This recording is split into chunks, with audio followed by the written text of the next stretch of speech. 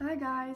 Today I'm going to share with you 5 tips for making stop motions that I have found very useful.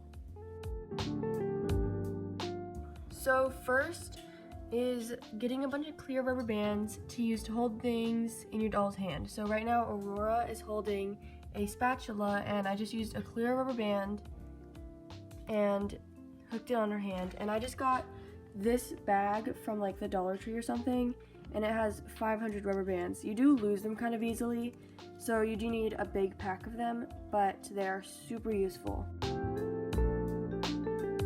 The next tip is to use a doll stand while you're filming, and you can use this if you're filming outside or inside. I use it both outside and inside, and you just put your doll on a stand like this, and it makes it a lot easier to move them around without them falling over. And I have these doll stands that go between their legs and hold them up like this, which is great for dolls that wear dresses or skirts a lot. And then you can also get the American Girl doll stands that hook on the back, which are great for dolls that wear t-shirts a lot.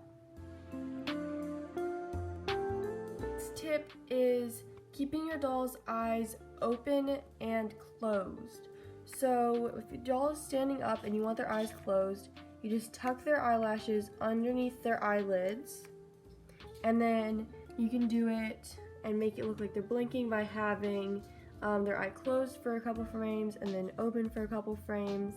And you don't want to leave it down like closed for too long because it will bend your doll's eyelash, but it normally will just go right back into shape after a little bit. Keep your doll's eyes open. You just do basically the opposite of how to keep them closed. You just tuck their eyelash into the top of their eyelid instead of the bottom. And then you can make it look like they are, when they're laying down, you can open their eyes, so when they wake up out of bed or something. And that one I don't use as much as the first one, but it's still a really useful tip. Next tip is to use a spray bottle to comb your doll's hair before you start filming. And this is just to make sure your doll's hair looks good while you're filming. So you just take a spray bottle, and if you spray your doll's hair every time before you comb it, it really helps keep your doll's hair intact and not so dry. So you want to hold your doll's head and go from the bottom up. You can also, something that I do a lot, is just using this comb that I got with an American Girl hair book and just comb down some of the loose threads.